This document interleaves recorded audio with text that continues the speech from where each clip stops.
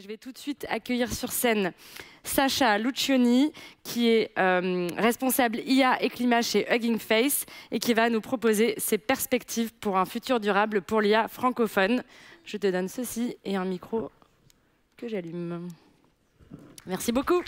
Merci beaucoup. Ce fut une longue journée. Je suis encore décalée parce que je suis arrivée de Montréal hier. Donc, pardonnez-moi, je m'accote. Donc, aujourd'hui, je vais vous parler du futur, mais d'une perspective un peu différente. Moi, personnellement, je n'aime pas faire de prévisions. Donc, quand les gens me demandent « Ah, ben, l'IA dans 50 ans, ou même dans 10 ans, ou même dans 6 mois », j'ai vraiment du mal à répondre à cette question. Par contre, je pense que c'est utile de parler de processus et d'impact actuels et éventuellement mettre en place des mécanismes pour pouvoir les mesurer dans le temps. Mais dire comme ça, j'ai du mal en tant que chercheuse. Donc, aujourd'hui, je vais vous parler de l'effet papillon, parce que je ne sais pas si tout le monde d'entre vous le sait, j'ai un peu une obsession avec les papillons qui a commencé pendant la pandémie, je pense, mais depuis ce temps-là, c'est devenu vraiment une partie de mon identité. J'ai même un tatouage papillon. Donc aujourd'hui, je vais vous parler d'effets papillons et comment suivre les impacts environnementaux et sociétaux de l'IA. Donc ouais, je vais un peu zapper ça. Donc je suis chercheuse chez Hugging Face, mais récemment j'ai reçu aussi une chaire en justice sociale et IA de la fondation Abeona, qui a été fondée d'ailleurs par Anne Bouvreau, qui organise le sommet Action IA, Obvia, qui est un observatoire des impacts de l'IA au Québec, et l'école normale supérieure. Donc en fait, je vais passer plus souvent ici, j'espère, et organiser plus d'événements. Stay tuned. Donc l'effet papillon, c'est vraiment intéressant, au-delà de vraiment le lien avec les papillons en tant que tel. C'est intéressant parce que c'est un effet qui est documenté, qui est observé, qui suggère qu'on peut avoir des tout petits changements initiaux dans des systèmes complexes, sociétaux, économiques, etc., qui peuvent entraîner des résultats différents et souvent complètement imprévisibles au fil du temps. Et donc, souvent, on parle d'un papillon qui peut engendrer un ouragan. Mais aussi, ça a été observé dans des systèmes économiques aussi, dans les comportements humains. Donc, on peut faire un tout petit changement et avoir des gros impacts. Et pour moi, l'IA a un effet papillon parce que les systèmes d'IA sont interconnectés. Et ça veut dire qu'ils peuvent avoir un impact potentiel sur la société à plusieurs niveaux. Donc, ce n'est pas juste, mettons, je ne sais pas, un pantalon ou même une voiture où c'est assez isolé comme action. Oui, bien sûr, je sais pas, ça demande des ressources naturelles, ça pollue, mais les systèmes d'IA sont vraiment très intégrés. Donc, c'est pour ça que je trouve que c'est important de regarder les impacts de l'IA direct sur l'environnement, bien sûr, mais aussi indirect et des effets rebonds. Et c'est ça qui est vraiment intéressant parce que c'est ça qui fait que le futur soit tellement imprévisible parce que, en fait, les effets rebonds peuvent être complètement contraires à ce à quoi on pourrait s'attendre. Donc, on va commencer avec les impacts directs. Désolée, c'est en anglais, mais moi, je collectionne les têtes d'articles sur l'IA et la crise climatique. Et souvent, c'est très binaire. Soit on est foutu, soit ça va sauver la planète. Et en fait, je trouve que c'est drôle parce que c'est rare que les choses soient très mauvaises, soit très bonnes. Normalement, c'est quelque part entre les deux. Et l'IA, c'est pareil. En fait, il y a des coûts, mais il y a bien sûr des bénéfices. Donc, en termes de coûts, des impacts négatifs, il y a bien sûr la demande énergétique, on en parle de plus en plus. Des centres de données, c'est 2%. On ne sait pas exactement, hein, mais on dit que c'est 2% de l'électricité mondiale totale et que ça va doubler d'ici 2 ans, donc quand même pas rien. Que l'eau est très utilisée pour refroidir ces fameux centres de données, donc avec la croissance des centres de données, la demande d'eau également va augmenter. Et bien sûr, on sait que l'eau est une ressource précieuse et il y a beaucoup de régions qui ont déjà des sécheresses au niveau global.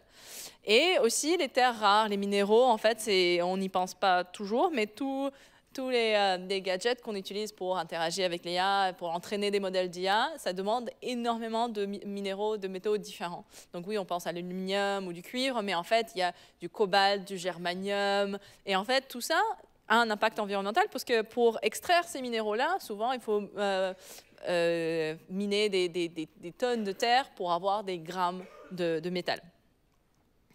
Et aussi, il y a pas mal de GES dû justement à cette génération de l'électricité, notamment, donc parce que l'électricité qui est utilisée dans les centres de données souvent n'est pas renouvelable, elle n'est pas bas en carbone. Donc il y a ces GES-là, mais aussi tout le transport, toute la chaîne d'approvisionnement de l'IA contribue des GES.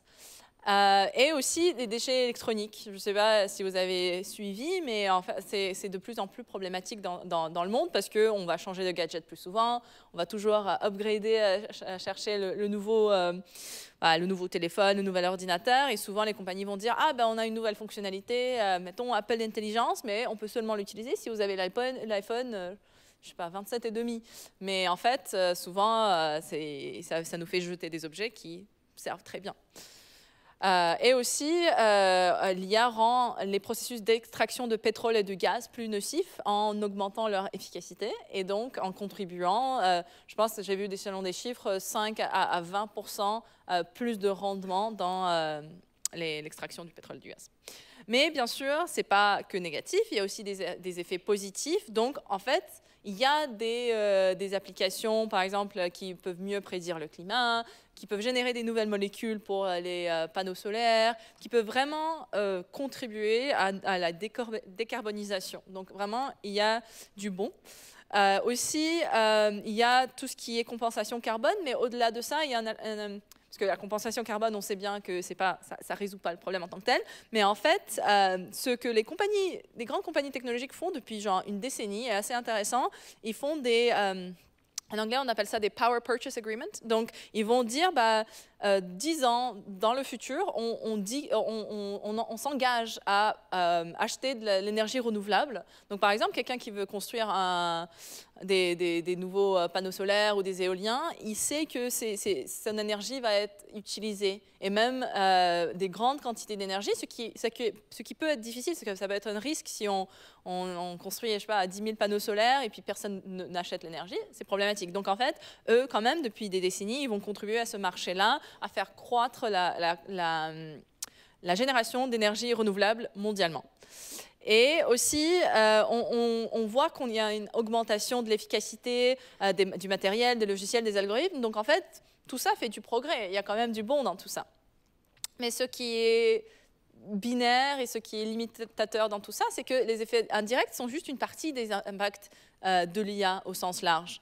Et donc, c'est pour ça que je trouve que c'est intéressant de penser aux impacts indirects et des effets rebonds. Donc, récemment, j'ai écrit un papier en anglais là-dessus avec 2 collègues. Et en fait, on a essayé de justement prendre un pas ou 5 pas en arrière pour regarder un peu les impacts de l'IA sur 3 catégories: matériels, économiques et sociétaux. Donc, en fait, comment est-ce que l'IA change nos systèmes économiques, change nos comportements et change les besoins, les objets physiques avec lesquels on interagit. Donc, par exemple, les impacts de substitution. En économie, souvent, on va parler de dématérialisation ou de substitution. Donc, par exemple, avant, on avait un livre, maintenant, on a une tablette. Avant, on avait des DVD, maintenant, on a Netflix ou Amazon, etc. Donc, en fait, le contenu des objets physiques sont dématérialisés quelque part. Et en fait, c'est tout un débat pour savoir est-ce que l'impact est positif ou négatif, parce que ça dépend. Parce que ça dépend des chiffres des 2 bords. Et en fait, avec l'IA, ce qui est intéressant, c'est que, par exemple, les systèmes d'IA ont partiellement remplacé les dictionnaires. Genre, qui a un dictionnaire physique maintenant dans sa poche? Très peu. Les encyclopédies, beaucoup. Et les cartes aussi. Genre, maintenant, tout le monde utilise des applications de navigation. Donc, on peut dire que oui, il y a moins de production de ces objets-là, donc moins d'impacts environnementaux.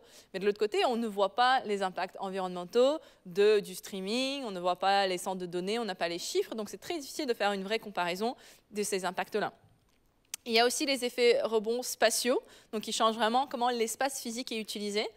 Donc l'exemple vraiment emblématique pour moi, c'est la taille des téléphones. Donc maintenant, on a des téléphones qui ont diminué de taille en volume en fait depuis 10 ans. 2 fois plus petit, plus puissant, on peut faire plus de choses avec, bien sûr. Mais les centres de données ont doublé de taille dans cette décennie-là. Donc en fait, nous, en tant que consommateurs, on voit que ce avec quoi on interagit et on ne voit pas les impacts des interfaces lointaines. Donc quelqu'un récemment m'a dit, toi, tu as fait une étude sur la génération d'images et en fait, on a quantifié qu'avec le modèle d'IA le plus énergivore, comme qui génère des images très haute définition, ça peut utiliser l'équivalent d'une demi-charge d'un téléphone portable. Puis quelqu'un m'a dit non, mais je ne comprends pas parce que quand j'utilise mon téléphone portable pour générer des images avec Midjourney, etc., la batterie, elle ne descend pas. Je n'ai pas perdu 50% de batterie en faisant une image. Et c'est sûr que c'est difficile de concevoir qu'on peut générer une image super HD ou même maintenant une vidéo sans pomper sa batterie, parce qu'en fait, on ne voit pas où est le processus. Et en fait, il y a des lois qui gouvernent l'IA qui sont assez intéressantes. On appelle ça des scaling laws ou les lois d'échelle.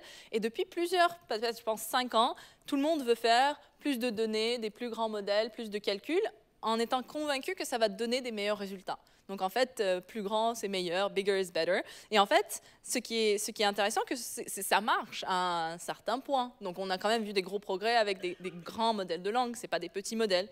Et aussi, comme ces modèles sont plus puissants, on a accès à plus d'informations. Donc avant, on avait un modèle, mettons, par différentes tâches, une modèle en sciences, une modèle en art, et maintenant on peut avoir un seul modèle qui peut répondre à toutes les questions si on a assez de données.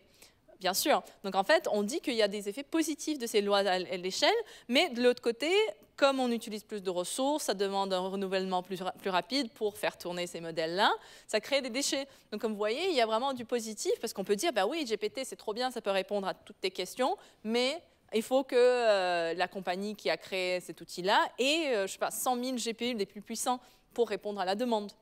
Et aussi, les besoins énergétiques des centres de données ne cessent d'augmenter. Donc en fait, c'est intéressant parce que si on regarde d'un côté, du côté de gens qui font des modèles d'IA, ils peuvent continuer à dire que plus grand c'est meilleur, plus de données c'est meilleur, mais c'est parce qu'encore une fois, on ne considère pas l'autre côté de la médaille. Et donc ces fameux effets rebonds, je ne sais pas pourquoi, il y a 2 semaines, il y a eu toute une vague de discussions sur le paradoxe de Jevons, autour de l'IA particulièrement. Et donc le paradoxe de Jevons, c'est un effet rebond direct, parce que ça dit que l'amélioration de l'efficacité d'utilisation d'un produit entraîne une augmentation de sa consommation. Donc en fait, c'est paradoxal, parce que Jevons, il a vécu au 19e siècle, et puis il a remarqué qu'on utilisait le charbon de manière de plus en plus efficace, mais on utilisait de plus en plus de charbon. Donc en fait, ça faisait aucun sens. Et même chose avec, par exemple, l'efficacité des voitures. On peut conduire de plus en plus loin avec la même quantité de pétrole, mais on va aller de plus en plus loin. Au lieu d'aller à 50 km pour un week-end, on va aller à 500 ou à 300, parce qu'on peut le faire avec la même quantité d'argent ou d'essence. Et donc en fait, c'est vraiment un effet rebond direct. Et maintenant, on commence à l'observer avec l'IA, parce que chaque année, on nous parle d'efficacité augmentée des hardware, des GPU, mais de l'autre côté, NVIDIA vend de plus en plus de GPU chaque année, malgré le fait qu'ils soient plus efficaces. Et à côté de ça, ils consomment plus d'énergie, malgré le fait qu'ils sont capables de faire plus de calculs. Parce qu'en attendant qu'ils ont amélioré, mettons, l'efficacité par, je sais pas, un facteur de 50, bah, les modèles ont grandi par un facteur de 200. Donc en fait, on a besoin de plus de GPU pour entraîner et déployer des modèles d'IA. Donc c'est intéressant, et c'est quand même un paradoxe. Et à l'échelle d'une économie, c'est assez intéressant parce qu'on peut aussi avoir des effets rebonds qui impactent pas seulement la même ressource qui a été améliorée, mais vraiment l'économie au sens large. Et donc en fait, on parle de technologies disruptives ou des technologies qui vraiment changent des économies en entier, qui créent des nouveaux emplois ou qui en perdent, etc. Donc en fait, on parle vraiment des effets sur une économie. En fait, dans le cas de l'IA, on parle de modèles de base ou modèles de fondation, et on dit bah, ces modèles-là vont révolutionner le monde parce qu'ils vont changer la manière dont on fait tellement de professions, ça va être vraiment comme révolutionnaire.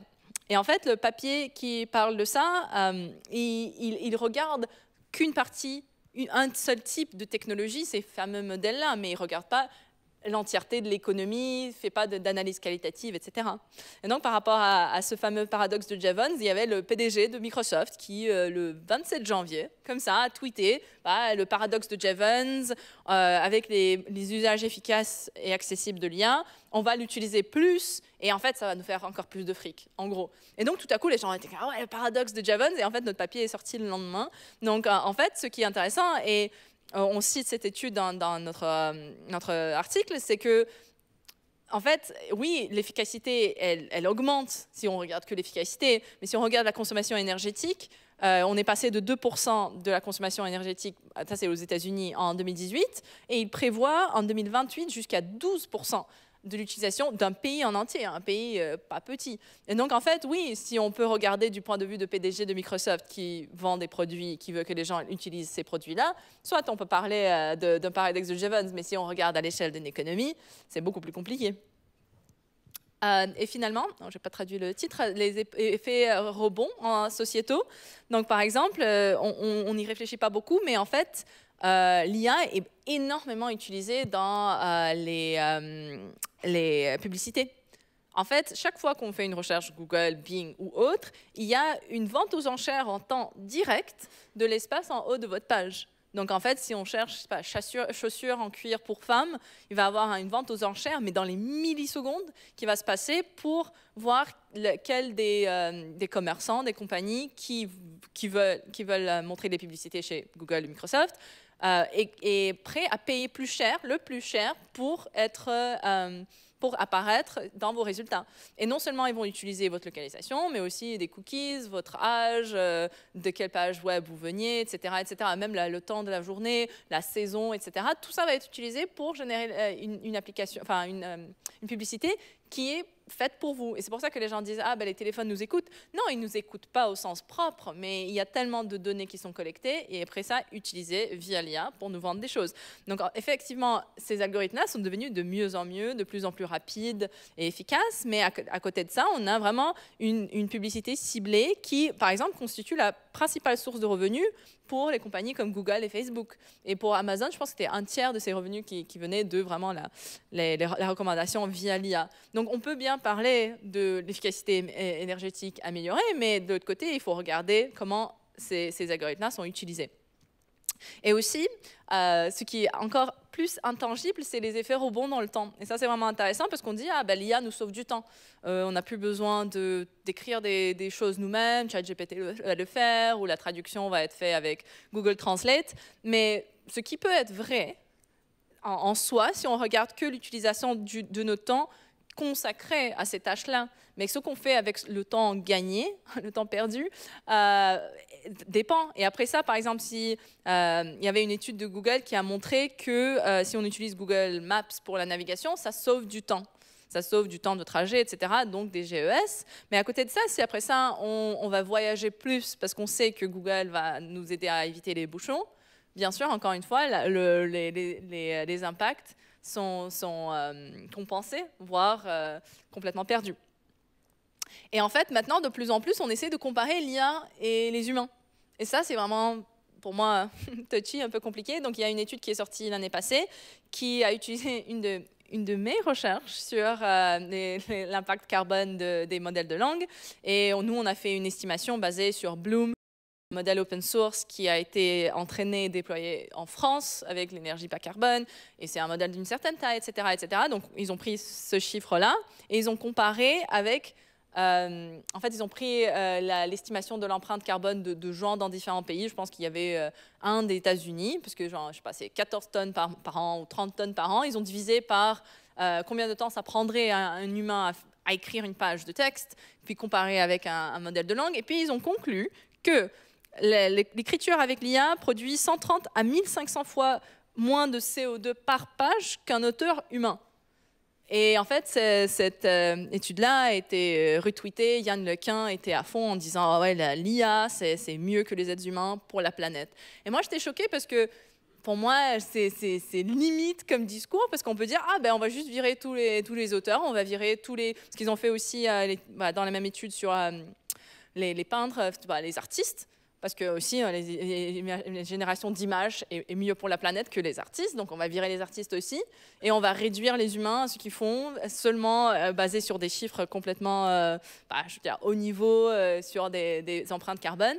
Et aussi, quelque part, dans une note de bas de page, ils ont dit « Mais nos analyses ne prennent pas en compte les impacts sociaux, comme le déplacement professionnel, l'égalité et les effets rebonds. » Donc, soit, si on compare ça comme ça peut être 1500 fois moins. Mais si on prend en compte les effets rebonds, qu'est-ce qui va arriver? On ne sait pas. Et donc, en fait, comment mesurer tout ça et comment faire des choix un peu plus informés que des tweets sur la comparaison de l'IA et les personnes. Il nous faut des recherches qualitatives et quantitatives, donc des analyses de cycle de vie, des études d'utilisateurs pour savoir si tu gagnes du temps avec Copilot ou, je ne sais pas, ChatGPT, qu'est-ce que tu vas faire avec ce temps, des entretiens, etc. Parce que pour le moment, si on se base sur des chiffres comme ces gens-là, on ne va pas aller bien loin. Il nous faut de la transparence et c'est pour ça que j'y crois tellement à ce sommet, parce que finalement, je pense qu'on va réunir des acteurs industriels, politiques, etc., scientifiques, pour parler de transparence, qu'est-ce qu'on peut divulguer et comment.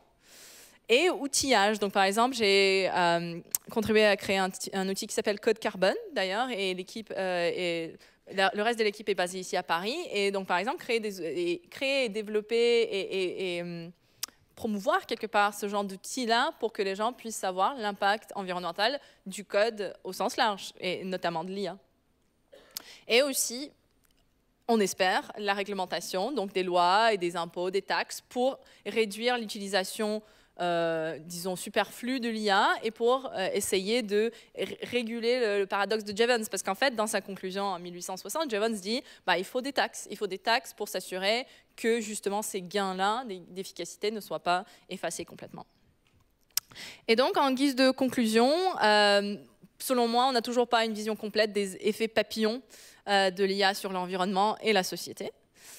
Mais qu'en tant que communauté, en tant qu'utilisateurs, créateurs, consommateurs, nous devons un peu réfléchir et repenser notre relation entre les technologies de l'IA comme outils, les objectifs commerciaux des compagnies, quand on réfléchit au fait que les compagnies qui créent des outils, enfin les grands modèles de langue comme Google et Microsoft, leur but c'est quand même de faire du profit. Donc en fait, c'est sûr qu'en créant un plus grand modèle, tu peux éventuellement demander plus d'argent. Donc en fait, pensez à ces objectifs commerciaux qui créent les modèles et comment ils sont déployés, les impératifs écologiques, et repenser tout ça afin de mieux refléter nos valeurs en tant que société. Et aussi, moi, je prône toujours l'interdisciplinarité et travailler avec des économistes, des anthropologues, des informaticiens éventuellement, et évaluer l'IA d'une manière beaucoup plus complexe, beaucoup plus critique que pour éventuellement essayer de quantifier ces fameux effets rebonds. Et je continue à dire ça, qu'on doit être plus transparent et assumer une responsabilité. Parce que le fait qu'on puisse en ce moment créer des outils qui soient utilisés par des millions de personnes par jour, je pense que ChatGPT c'est 10 millions de personnes, sans avoir de mécanisme de responsabilisation derrière ça, ni sur la mauvaise information, ni sur les gens qui se suicident après qu'ils aient échangé avec des chatbots. Il faut créer des mécanismes de responsabilisation justement de ces entreprises-là, afin de aussi essayer de limiter les impacts négatifs. Et donc, je pense qu'on est tous d'accord que la crise climatique est bien réelle. Et donc, il faut être honnête et proactif et un peu repenser cette discussion pour savoir si l'IA est mauvais ou bon. Moi, je pense que pour le moment, ça fait plus partie du problème. Et il faut la repenser pour que ça devienne plus partie de la solution. Merci. Merci beaucoup, Sacha. On a un petit peu de temps pour des questions. On a 5 minutes exactement. Et je te remercie parce que tu as fait la synthèse de notre journée. Non, j'étais pas là. Et tu as assemblé aussi tous les enjeux dont on a discuté de manière très filée autour de ce fameux effet papillon. Donc merci beaucoup. Et on a le temps pour des questions. 2 questions. Ne soyez pas timide. Voilà.